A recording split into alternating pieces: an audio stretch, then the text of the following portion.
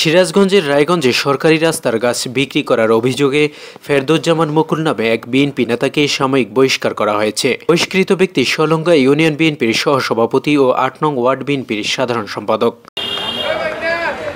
শনিবার সালঙ্গা থানা বিএনপির দপ্তর সম্পাদক ওবায়দুর রহমান সুমনের স্বাক্ষর করা এক বিজ্ঞপ্তিতে বিষয়টি নিশ্চিত করা হয়েছে।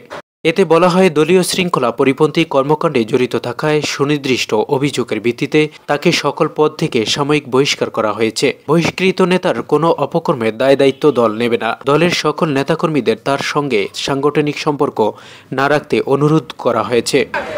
এ বিষয়ে সালঙ্গা থানা বিএনপির সভাপতি মতিউর রহমান জানান, বহিষ্কৃত নেতার বিরুদ্ধে সরকারি রাস্তার গাছ কাটা ও বিক্রির অভিযোগ পাওয়া গেছে। এ অভিযোগের প্রেক্ষিতে তদন্ত কমিটি গঠন করা হয়েছে। তদন্ত কমিটির প্রতিবেদনের ভিত্তিতে ইউনিয়ন বিএনপির সহসভাপতি ও ৮ নং ওয়ার্ড বিএনপির সাধারণ সম্পাদক ফেরদৌজ্জামান মুকুলকে সাময়িক বহিষ্কার করা হয়েছে। তবে এ অভিযোগ অস্বীকার করে ফেরদৌজ্জামান মুকুল জানান, আমি রাজনৈতিক প্রতিহিংসার শিকার হয়েছি।